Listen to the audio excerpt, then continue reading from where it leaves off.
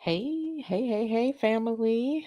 Come on in. This is an impromptu live, of course. No, there's no intro music or anything like that. So y'all can just come on in. Come on in the room. Let me see here. Y'all come on in. Oh no, I don't want to do that. I have to fix that link down at the bottom. Anyway, this is an impromptu live. I actually wanted to come here quite earlier than this, but your girl has just been having a day today. Not a bad day though. Just been working on my taxes, right? And no, I don't do taxes for anybody else. But come on in, come on in. That's not what I want to talk about today. This evening, what I want to talk about is something that just was on my mind today and yesterday, actually. And I want to talk about why the kingdom needs people who are gifted with money. If this is your first time tuning in to anything that I have done live, I am Dr. Lexi Johnson. I am the Chief Stewardship Officer of Money Mastery for Her Enterprises. We have a financial coaching arm, we have a missions arm, and then we have our media arm, of course, which is, you know, it doesn't include this in particular, but we do have podcasts and a couple of shows. And tonight, this is just impromptu. But anywho, if you're new to me, welcome. This is very informal and not planned. So let me get to what I was going to say. I want to keep it short, but I want to be very direct. And before I start, let me say this very, very clearly. Um, I am going to be talking about the e files. I call them the e files. You guys should know what the e files are if you've been um, paying attention to the news, watching the news. You don't even really have to be watching it to have heard about this already. So I am going to refer to it as the e files. You guys should know what that is. Okay. I'm going to be talking about that, but I'm not here to talk about who's on the list or who's guilty or who's innocent or to speculate any of that. There's plenty of podcasters, YouTubers, and news outlets that are doing all of that right now. What I'm here to talk about is something much bigger and something much more uncomfortable for the church. Now, you see, I put air quotes around the church because the church, I'm not just talking about those who meet in buildings. The church are kingdom citizens. You and I, we are the church, right? And so, um, what we're watching right now is not just scandal, but this is what happens when money is controlled by people with no fear of God. Okay, I want to be clear about that. And I know that there is a belief out there that, oh, all rich people, this is the stuff they do, and they're all rich people are greedy, and all rich people are devils, and that's not the case. Okay, what is happening, what we see is not a you can't put this on all rich people, okay? But what we do see is what happens when money is controlled by people who do not have a fear of God. And what I want you all to understand tonight is that money is not neutral and it never has been. Okay. If you're joining, if you don't mind, let me know who you are. It's very, very impromptu, very informal. Just had something on my mind that I wanted to share. And I'm talking tonight about why it is imperative that we have kingdom people who are gifted with money. So, money amplifies the heart of the one who holds it, right? It's not the money that in and of itself is evil or anything like that. It amplifies who you already are. So if you are a person who is godly, God fearing, and desiring to, do well, do what is right in the world or whatever, it's just going to amplify that. If you are someone who is a cheat, a thief, you know, diabolical, whatever, it money is just going to amplify that. Okay. And when ungodly people control wealth, money becomes a weapon for darkness. Money becomes a weapon for darkness. Now, think about it. The media narratives are shaped by money, okay? And if you don't know that, you're hiding under a rock, okay? Because you can trace all of the traditional mainstream media outlets back to a few certain people who own them, okay? So the media narratives are shaped by money. Hollywood is protected by money, and entire systems of exploitation exist because someone is funding them. All right. If um what do I want to say? Human trafficking, it exists because somebody is funding them, right? Pedophilia, it exists because somebody is funding it. Like evil doesn't just happen. It is financed. And I want you all to hear me. It's financed. Okay. This stuff takes money. All right. So people are financing it. And while all of this is happening, what are we as kingdom citizens doing, individually or collectively?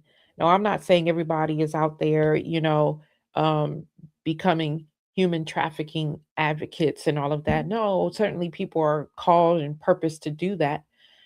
But I want to say something that might make some people uncomfortable.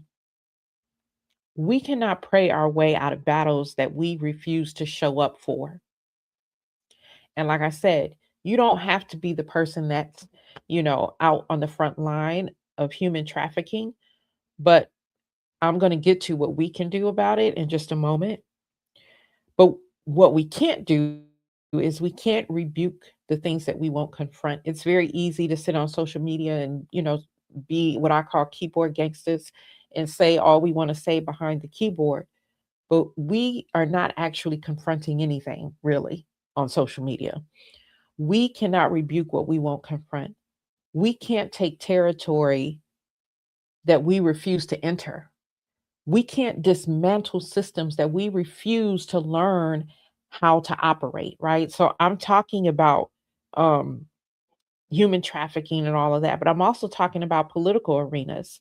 I'm talking about, all of these things that we see distractions in, right?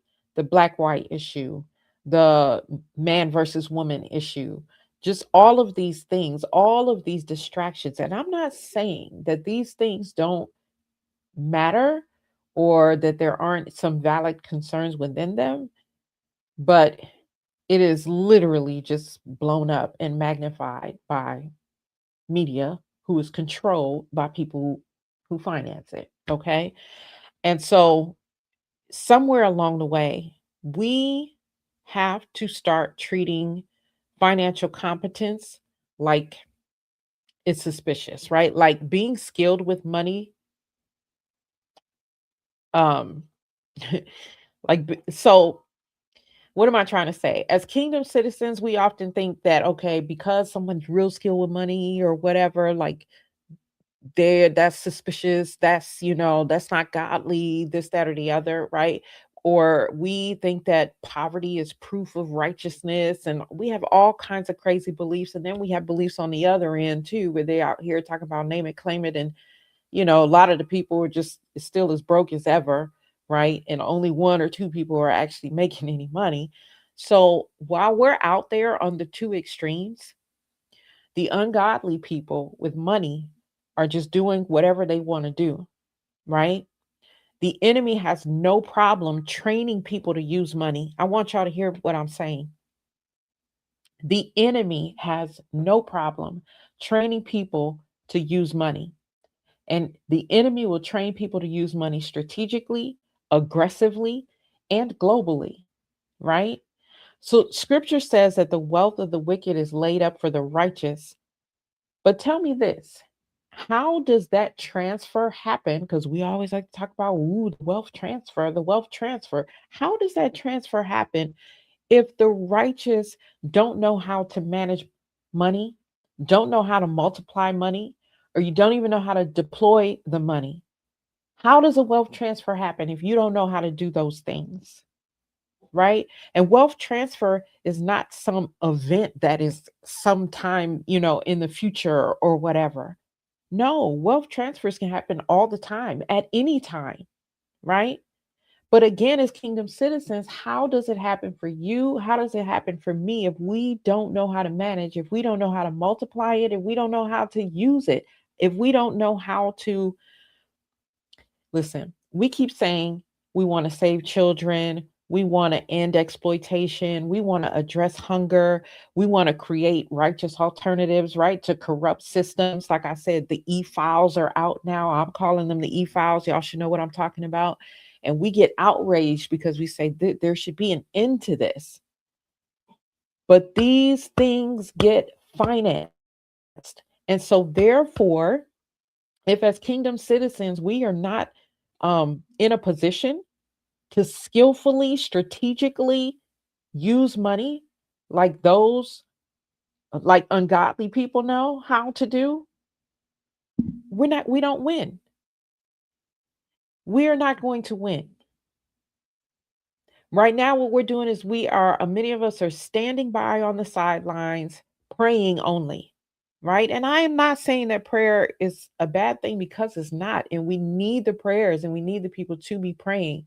But you also win wars by getting trained and by getting equipped and by getting sent out, right? So let's talk about the responsibility of kingdom citizens as far as money is concerned. Because listen, a lot of these things that we are outraged about or whatever, they get financed on the enemy side. So we need to know how to finance the things in God's favor, right? This is why I keep saying we need kingdom citizens who are gifted in handling money, not greedy, not exploitative, not self serving, right? But submitted, skilled, disciplined stewards who understand money as a tool and who understand how to use it for dominion. Because if we don't raise up kingdom citizens who are gifted with money, people who are gifted with money, the enemy will continue to raise up people who are gifted with money. And they will use the money to deepen darkness instead of dismantling it. And I don't know about you, but this is, I'm sick and tired of it. And it's why I do the work I do. It's why I'm so passionate about helping people, not just any people, kingdom citizens, produce, multiply, and dominate for stuff like that, so that we can stop hearing in the news about a list with some people doing some horrible, heinous, egregious stuff to children, so that we can stop hearing about how hearing only certain narratives in the news, so we can stop getting the filth that keeps being put out, right, on our televisions and all of that stuff. It takes money to combat all of that. And that's why I'm passionate about helping kingdom citizens become gifted in handling money, because it's needed, right? And this is exactly why financial rebellion exists. It's not to make you rich, right? For ego purposes only. It's not to chase luxury. It's to train it is to train you, the believer, how to handle your money without losing your soul. And I want to say this very plainly: the cost for this 90-day experience is low, intentionally low. If you're just joining, thank you for joining me. You missed my little rant at the top. I was talking about we really need to have kingdom citizens out here who are gifted at handling money. There is too much going on in this world that is dark and that is evil, like those e-files, okay, that we've been talking about for the last week, and so many other things politically and all kinds of stuff, all kinds of evil going on, but it's going on because that stuff gets financed. So I'm saying that this is what I'm passionate about, right? And training other kingdom citizens to learn how to be gifted in handling money.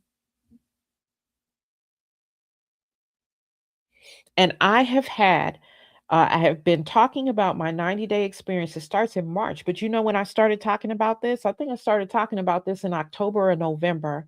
And at that point, I said, you know what? I have a super, super early bird. And then I never changed it from that price.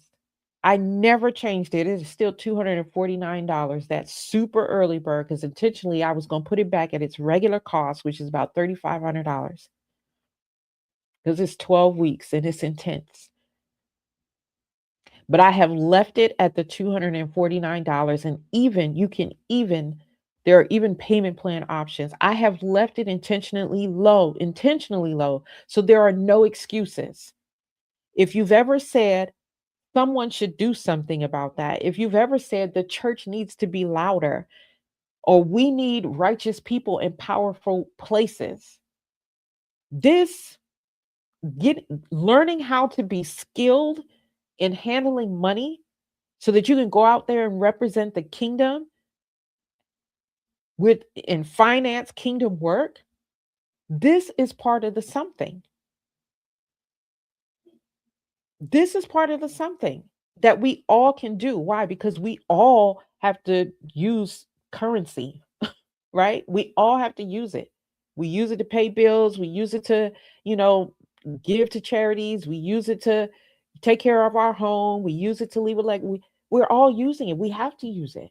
So we all need to be skilled and gifted at handling it. This is the part that we can do. This is the part that you can do. When you're saying someone should do something, that someone is you. And this is the part that you can do, right? You may not be the person, like I said earlier, you may not be the one who is, on the front lines fighting human trafficking, because they got people who are skilled at doing that and that is their passion or whatever. And that may not be you, but maybe you're the person who can help fund that. You may not be the person that's going to get into politics on behalf of the kingdom, right? That may not be you, but you could finance somebody, help to finance somebody who will. To yesterday and today, or day before yesterday and then today, so two friends that I've grown up with made announcements that they are campaigning for some positions, political positions in the in the areas where they live. I was so excited because they're godly people. And we could help finance them if we only would was doing right with our money, right? So you may not be the person who's going to, be the congresswoman or the mayor or the whatever, but you could help finance it. You can help finance somebody who is godly. You may not be the person that's going to be on the front lines of ending world hunger, but you can finance it. You can help finance it. You may not be the person who is going to start that media company, right? To try to combat what the evil side is doing. You may not be that person, but you can help fund somebody who is. This is the part of the something that we can do, right? So, having said that, I said I wasn't going to be on long, and it's almost 20 minutes already. Um, Listen, Financial Rebellion Cohort 3, it starts March 3rd. But the truth is, those who have already enrolled have already begun. We had a 14-day fast at the beginning of the year. We're getting ready to come up and do a 3-day challenge. They're reading my book, because that is part of, when they enroll, part of that is part of their materials is getting my book. So they're already doing that. They have already started working. Cohort 3 starts March the 3rd. We have our meet and greet on February 26th. If Yah has ever stirred you about stewardship, economics, or influence, this is your on ramp. This is your on ramp. Listen, people, we don't cleanse the enemy's systems by avoiding them. We cleanse them by infiltrating them with light, with order, with discipline. And when I say light, I mean truth. I don't mean that funny new age stuff. Okay. So let me be clear. We have to infiltrate. We can't sit on the sidelines. It's time for the kingdom to stop being allergic to money and start mastering it. So if this resonated with you, the link is in the comments. It's in the description. I'll put it in the comments. The link is in the description. Let me drop it in the comments now. Let me just take a moment to do that. Give me a second, y'all, because I don't multitask really well. So let me join. All right. The link is in the comments if this resonated with you. And if you know someone who needs to hear this, then share the replay. All right. Love you all. And I'm going to see some of you inside of Financial Rebellion. All right. God bless. Hey, Minister Hope, you'll have to watch the replay. I was just, on a soapbox, but a good one. So, anyway, love you guys. Join me. What's tomorrow? Tomorrow is Thursday. So make sure to join me tomorrow, 12:30 for the Radical Godly Stewardship podcast. And then Saturday at 12:30 for the Rest and Rain Bible Study Hour. Okay. God bless you guys. Love you. See you tomorrow.